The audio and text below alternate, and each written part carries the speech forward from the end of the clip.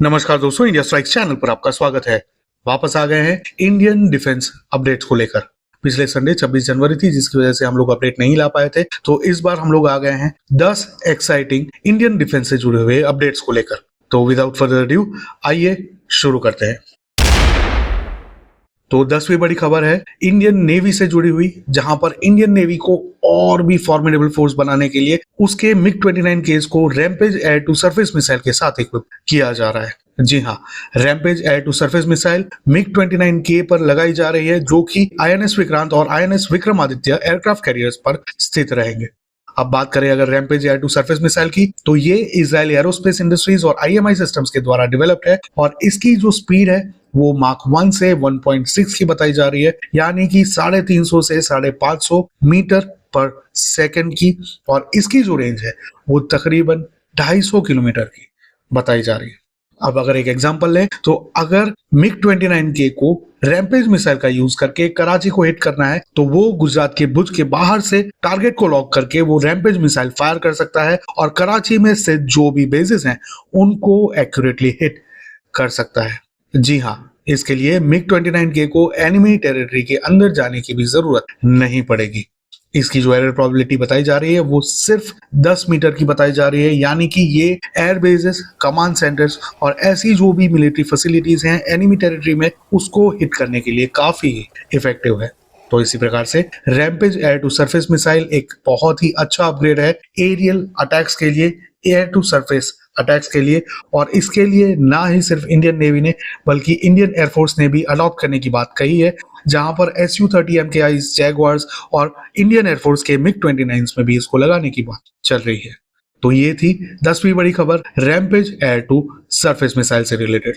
चलते हैं 9वीं बड़ी खबर के ऊपर।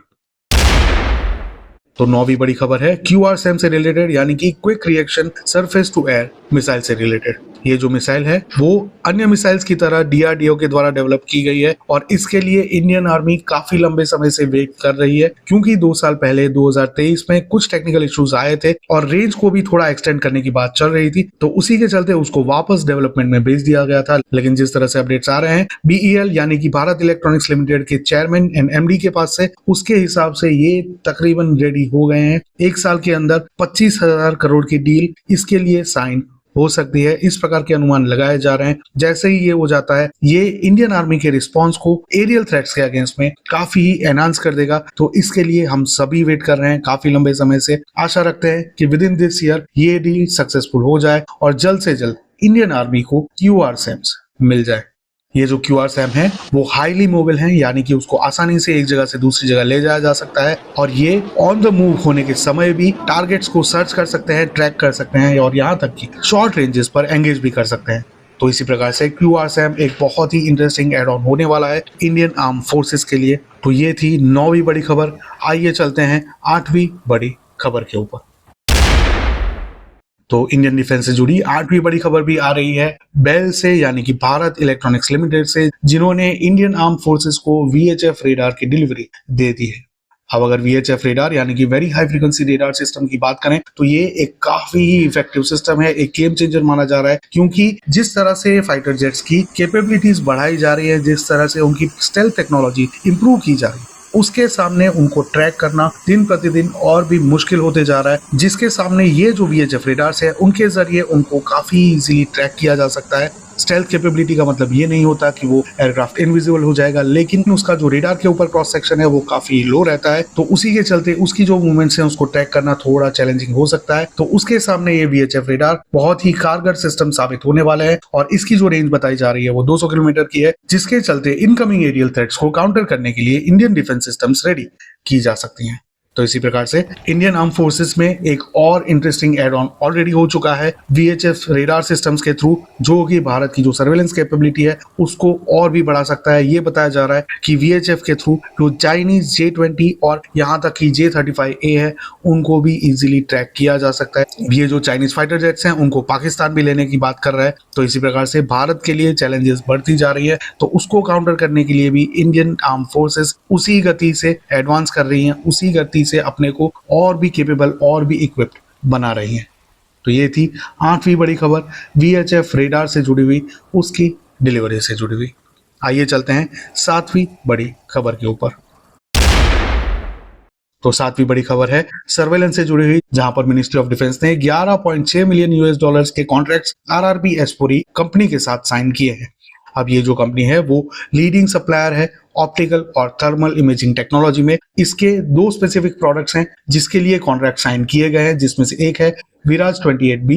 ये एक सीसीटीवी कैमरे की तरह का एक कैमरा है, लेकिन इसकी जो कैपेसिटी है वो बहुत ही हाई है और साथ ही में इसमें थर्मल इमेजिंग सेंसर भी लगे हुए हैं। इसकी जो कैपेसिटी बताई जा रही है वो 4 किलोमीटर की दूरी से ऑब्जेक्ट को डिटेक्ट करने की बताई जा रही है। साथ ही में 1.3 किलोमीटर की दूरी से ये ऑब्जेक्ट को रिकॉग्नाइज कर पाता है और 670 मीटर की दूरी से ये ऑब्जेक्ट को आइडेंटिफाई इजिली कर पाता है। ये जो रेजोल्यूशन ऑफर करता है खास करके दिन के टाइम में वो 1080p में है और इसका जो थर्मल इमेजिंग पार्ट है वो 640x480p में विजुअल्स प्रोवाइड करता है, जिससे जो भी बेसेस हैं या उनकी जो सर्वेलेंस कैपेबिलिटी है वो और भी बढ़ाई जा सकती है। इसके अलावा अगर बात करें इसकी ऑपरेशनल कैपेबिलिटी की, खास करके टेम्परेचर के कंटेक्स्ट में, तो ये 60 डिग्री सेल्सियस से -30 डिग्री सेल्सियस के बीच में काम कर सकता है। यानी कि हिमालय की बर्फीली ठंड में भी वो उतनी ही आसानी से काम कर पाएगा जितनी आसानी से वो राजस्थान की भीषण गर्मी में भी काम कर पाएगा। तो इसी प्रकार से ये काफी ही केपेबल सर्वेलेंस सिस्टम है जिसके लिए कॉन्ट्रैक्ट साइन किया गया है। इसके अलावा PR82 थर्मल इमेजिंग साइट के लिए भी कॉन्ट्रैक्ट साइन किया गया है, जो कि थर्मल सेंसर के साथ और OLED डिस्प्ले प्रोवाइड करता है। इसकी जो कैपेसिटी है वो 2 किलोमीटर दूरी से ऑब्जेक्ट को डिटेक्ट करने की है। साथ ही में 900 मीटर की दूरी से ये ऑब्जेक्ट को रिकॉग्नाइज कर पाता है और आधे किलोमीटर की दूरी से ये ऑब्जेक्ट को इजिली आइडेंटिफाई कर पाता है। तो आप सोचेंगे कि ये अलग से क्यों, तो ये इस प्रकार से डिजाइन किया गया है कि ये जो भी इंडियन आर्म फोर्सेस के पास असॉल्ट राइफल्स हैं उसमें इजीली इंटीग्रेट हो पाए। तो इसी प्रकार से वो AK-47, इंसास 6716 और TAR-21 में इजीली इंटीग्रेट हो पाएगा, जिससे जो भी सोल्जर्स हैं जो वो असॉल्ट राइफल कैरी कर रहे हैं उनकी जो इफेक्टिवनेस है वो और भी बढ़ा देगा, ना ही सिर्फ दिन के समय में बल्कि रात के समय में भी। तो ये थी सातवीं बड़ी खबर सर्वेलेंस इक्विपमेंट से जुड़ी हुई, जिसके लिए मिनिस्ट्री ऑफ डिफेंस ने कॉन्ट्रैक्ट साइन कर दिए हैं। चलते हैं छठी बड़ी खबर के ऊपर। बात करें अगर इंडियन डिफेंस से जुड़ी छठी बड़ी खबर की, तो ये आ रही है मिडिल ईस्ट से। अब मिडिल ईस्ट की जब बात करें तो वहां पर USA काइंड ऑफ डोमिनेट करता है। उसमें से सऊदी अरेबिया ने इंटरेस्ट दिखाया है Indian made 155x52 mm advanced artillery gun system को एक्वायर करने के लिए। जी हाँ, सऊदी अरेबिया ने एक बार फिर से इंटरेस्ट दिखाया है इंडियन मेड हावित्जर्स को एक्वायर करने के लिए। इसके पहले उसने भारत 52 को भी एक्वायर करने की बात कही थी, लेकिन किसी वजह से वो डील थ्रू नहीं हो पाई। लेकिन इस बार जो बात निकल कर आ रही है उसमें ये बताया जा रहा है कि ये डील के सक्सेसफुल होने के चांसेस काफी ही ज्यादा है। बात करें अगर ATAGS की, तो ATAGS यानी कि एडवांस टोर्ड आर्टिलरी गन सिस्टम DRDO और भारत फोर्स के कंबाइंड एफर्ट से बनाया गया है। ये एक हाई परफॉर्मिंग हावित्जर है जिसकी रेंज भी एक्सटेंडेड है और साथ ही में इसका जो कंट्रोल सिस्टम है वो भी काफी सोफिस्टिकेटेड है, जिसके चलते सऊदी अरेबिया ने इसमें इंटरेस्ट दिखाया हो। इस प्रकार की बातें निकल कर आ रही हैं। इसके अलावा अगर बात करें तो इंडियन आर्म फोर्सेज में भी 307 नए ATAGS लेने की बात चल रही है, जहां पर भारत के चीफ ऑफ आर्मी स्टाफ ने ड्यूरिंग प्रेस कॉन्फ्रेंस इनको एक्वायर करने की बात कही थी। और साथ ही में आर्मेनिया के पास ऑलरेडी ATAGS अवेलेबल हैं, तो ग्लोबल मार्केट में भी इसकी प्रेजेंस ऑलरेडी है, तो इसकी डील होने की संभावनाएं ज्यादा बताई जा रही हैं। Let's see how it goes. जैसे जैसे अपडेट्स आएंगे हम आपको जरूर शेयर करेंगे। ये थी छठी बड़ी खबर, सऊदी अरेबिया का इंटरेस्ट ATAGS को लेकर। उससे रिलेटेड चलते हैं पांचवी बड़ी खबर के ऊपर। बात करें अगर पांचवी बड़ी खबर की, तो ये इंडिया के one of the most visionary और फ्यूचरिस्टिक डिफेंस डेवलपमेंट प्रोग्राम की है, जिसको एडवांस स्टेज में ले जाने की बात चल रही है। पिछले साल हमने इंडिया सुपर वेपन्स की एक सीरीज की थी, जिसमें 8वां एपिसोड हमने शेयर किया था, जिसमें बताया था हमने कैट्स के बारे में और अल्फा एस ड्रोन्स के बारे में। कैट्स यानी कि वाइल्ड कैट्स या हाउस कैट्स नहीं, बल्कि Indian defence cats, meaning combat air teeming system. ये HAL यानी कि हिंदुस्तान एरोनॉटिक्स लिमिटेड के द्वारा डेवलप किया जा रहा है। उसके ऊपर हमने चर्चा की थी उस वीडियो में। अगर आपको डिटेल में जानना है तो नीचे डिस्क्रिप्शन में लिंक दिया है उस एपिसोड का। इस वीडियो के बाद उस लिंक को क्लिक करके जरूर देखें, ताकि आप समझ पाएं कि कैट्स क्या है, कॉम्बैट एयर टीमिंग सिस्टम क्या है और क्यों इसको विजनरी और फ्यूचरिस्टिक डेवलपमेंट बताया जा रहा है।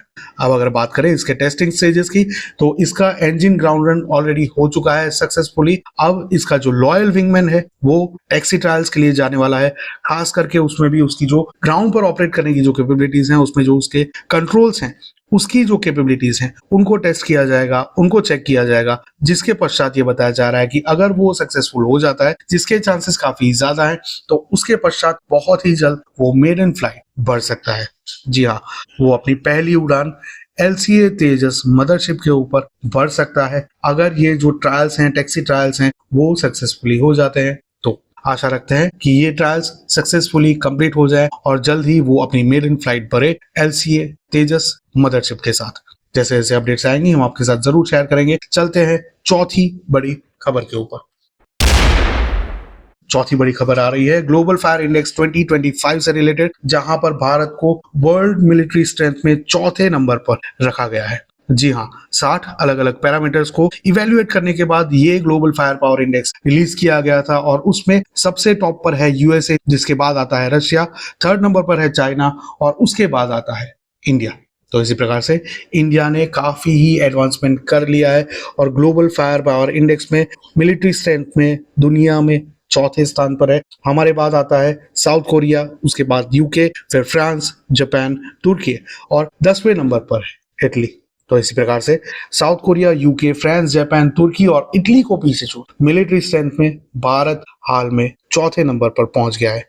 बात करें अगर पाकिस्तान की, तो पाकिस्तान को इसमें 12वें नंबर पर रखा गया है, जो कि उसकी प्रीवियस पोजीशन से 3 पोजीशन नीचे है। प्रीवियसली वो 9वीं पोजीशन पर था, उससे वो नीचे आते हुए 12वीं पोजीशन पर पहुंच गया है, यानी कि उसकी जो मिलिट्री कैपेबिलिटीज हैं वो कम हो गई है रादर देन बढ़ने के। तो इसी प्रकार से हमारा एक जो एनिमी नेशन है वो पिछड़ता जा रहा है अपनी मिलिट्री स्ट्रेंथ में, जिसके सामने भारत एडवांसमेंट करता जा रहा है। चलते हैं तीसरी बड़ी खबर के ऊपर। तीसरी बड़ी खबर की बात करें तो ये है पिनाका रॉकेट लॉन्चर से जुड़ी हुई, जहां पर इंडियन गवर्नमेंट ने 10,200 करोड़ का प्रोक्योरमेंट अप्रूव कर दिया है। अब ये जो प्रोक्योरमेंट है उसमें 2 अलग अलग टाइप की डील्स हुई हैं, जिसमें से एक डील है high explosive pre fragmented rocket munition को लेकर, जिसकी स्ट्राइक रेंज को एक्सटेंड करते हुए 45 किलोमीटर की बताई जा रही है। तो एक जो डील है उसमें high explosive pre fragmented rocket ammunition लेने की बात चल रही है और दूसरी जो डील है वो एरिया डिनायल म्यूनिशन को लेकर है। एरिया डिनायल म्यूनिशन यानी कि ऐसे डिवाइसेस जो जिस किसी एरिया में भी डिप्लॉय कर दिए जाएं तो उस एरिया को हॉस्टाइल बना देते हैं। For example anti tank mines, anti personal mines और बॉम्बलेट्स। तो उनको लेने की भी बात चल रही है, जिसके लिए 4,500 करोड़ की डील अप्रूव कर दी गई है इंडियन गवर्नमेंट के द्वारा। ये जो एरिया डिनायल म्यूनिशन का प्रोडक्शन होगा वो होने वाला है नागपुर बेस्ड सोलर इंडस्ट्रीज और म्यूनिशन इंडिया लिमिटेड के द्वारा, जिससे मेक इन इंडिया को बहुत ही बड़ा बूस्ट मिलने वाला है। तो इसी प्रकार से पिनाका रॉकेट लॉन्चर्स की जो एप्लीकेशन है उसको एक्सटेंड करते हुए, उसको डाइवर्सिफाई करते हुए इंडियन गवर्नमेंट ने 2 अलग अलग डील साइन की हैं 10,200 करोड़ की। ये थी तीसरी बड़ी खबर पिनाका रॉकेट लॉन्चर से रिलेटेड। चलते हैं दूसरी बड़ी खबर के ऊपर। दूसरी बड़ी खबर आ रही है बैंगलोर से, जहां पर एक बैंगलोर के स्टार्टअप स्पेसफील्ड ने ये अनाउंस किया है कि उसका जो एरोस्पाइक सॉलिड रॉकेट इंजन है उसका हॉट फायर टेस्टिंग सक्सेसफुली हो गया है। अब ये कहाँ हुआ, तो पिछले वीडियो में हमने बात की थी चल्लाकेरे कर्नाटक के बारे में, जहां पर Indian institute of science, BARC और उस प्रकार की अन्य एस्टेब्लिशमेंट्स उपस्थित हैं, जिससे वो काफी क्रिटिकल एरिया बन जाता है, जहां पर रशियन वेरोनेज रेडार इंस्टॉल करने की बात चल रही है। उसके बारे में हमने पिछले वीडियो में बात की थी, वो डील आगे बढ़ चुकी है, लेकिन यहाँ पर उसकी बात नहीं करेंगे। यहाँ बात करेंगे IISc में जो ये टेस्टिंग हुआ उसके बारे में, जहां पर स्पेसफील्ड्स नामक एक बैंगलोर बेस्ड स्टार्टअप ने एरोस्पाइक सॉलिड रॉकेट इंजन का सक्सेसफुल टेस्टिंग कर लिया है। ऐसा बताया जा रहा है कि अगर इसको इंटीग्रेट किया जाएगा तो ये बेल नोजल इंजन जो हाल में यूज होते हैं रॉकेट्स के लिए उसको रिप्लेस करेगा, और साथ ही में मल्टी स्टेज रॉकेट्स होते हैं जिसमें अलग अलग स्टेजेस में फायर मिलता है, उनको पुश मिलता है, थर्स्ट मिलता है आगे जाने के लिए, उसको भी हटा दिया जाएगा, क्योंकि इसको जो डेवलप किया गया है वो कुछ इस प्रकार से है कि वो single stage to orbit rockets बना सकता है, यानी कि एक ही स्टेज में रॉकेट को ग्राउंड से डायरेक्टली ऑर्बिट में भेजा जा सकता है। अब आप सोचेंगे कि ये तो डिफेंस से रिलेटेड नहीं है, तो आपको ये बात स्पष्ट कर दें कि भारत में आगे भी इस प्रकार के डेवलपमेंट हुए हैं, जो कि पहले स्पेस प्रोग्राम्स के लिए हुए थे और बाद में उनको डिफेंस डेवलपमेंट प्रोग्राम्स में यूज किया गया था, क्योंकि भारत के ऊपर काफी ही प्रेशर रहता है सुपर पावर्स के द्वारा रिस्ट्रिक्शंस और सैंक्शंस को लेकर। तो उसी के चलते इस प्रकार की टेक्निक यूज की जाती है भारत में काफी लंबे समय से। तो ये जो पर्टिकुलर एरोस्पाइक सॉलिड रॉकेट इंजन है उसका यूज आने वाले समय में कुछ सालों के बाद इंडियन डिफेंस डेवलपमेंट प्रोग्राम्स में देखने को मिले तो कोई भी चौंकने वाली बात नहीं होनी चाहिए। तो ये थी दूसरी बड़ी खबर सॉलिड रॉकेट इंजन को लेकर। चलते हैं पहली बड़ी खबर के ऊपर। तो जैसे कि हमने आगे के वीडियोस में बताया था कि इंडोनेशिया ब्रह्मोस को लेने की बात कर रहा है और उसके पश्चात इंडोनेशिया के जो प्रेसिडेंट हैं प्रबोवो सुबियांतो वो इंडियन रिपब्लिक डे पर भारत आए थे एज अ चीफ गेस्ट, उनको बुलाया गया था। उस समय जो बात निकल कर आई उसमें ये बताया जा रहा है that he was quite impressed by ship building capability of India. अब चाइना ऑलरेडी शिप्स बनाता है, इस प्रकार के कैरियर्स और नेवल वेसल्स बनाता है, लेकिन उसमें चाइना का एग्रेशन काफी ज्यादा है, तो उसको काउंटर करने के लिए अलग अलग कंट्रीज जो हैं उस रीजन में वो यूएसए पर रिलाई करते हैं। अब भारत आ गया है उस रेस में, तो भारत के पास से कॉस्ट इफेक्टिव ऑल्टरनेटिव्स उनको मिलते हैं और वो भी रिलायबल ऑल्टरनेटिव्स मिलते हैं, जिसके चलते अब धीरे धीरे करके सभी कंट्रीज चाहे वो फिलीपाइंस हो या इंडोनेशिया हो अलग अलग प्रकार के डिफेंस इंपोर्ट्स भारत के पास से करने के लिए इंटरेस्ट दिखा रहे हैं। तो इसी प्रकार से ये जो कंट्रीज हैं ईस्ट इंडियन ओशन में वो सुनहरे अंडे देने वाली मुर्गियां हैं। आने वाले समय में देखेंगे किस किस तरह से डेवलपमेंट होती है। हाल में इंडोनेशिया भारत की जो शिप बिल्डिंग कैपेसिटी है उसमें काफी इंटरेस्टेड है और उस प्रोग्राम को साथ में डेवलप करने का प्लान कर रहा है। तो let's see how it goes. जैसे जैसे अपडेट्स आएंगे हम आपके साथ जरूर शेयर करेंगे। क्या ये इंडोनेशिया का डिसीजन अच्छा है या नहीं, ये हमारे साथ कमेंट में जरूर साझा करें। भारत की डिफेंस इंडस्ट्री कितनी आगे बढ़ेगी और हमने ये जो 10 न्यूज शेयर किए उसमें से कौन से आपके फेवरेट हैं, ये भी हमारे साथ कमेंट में जरूर साझा करें।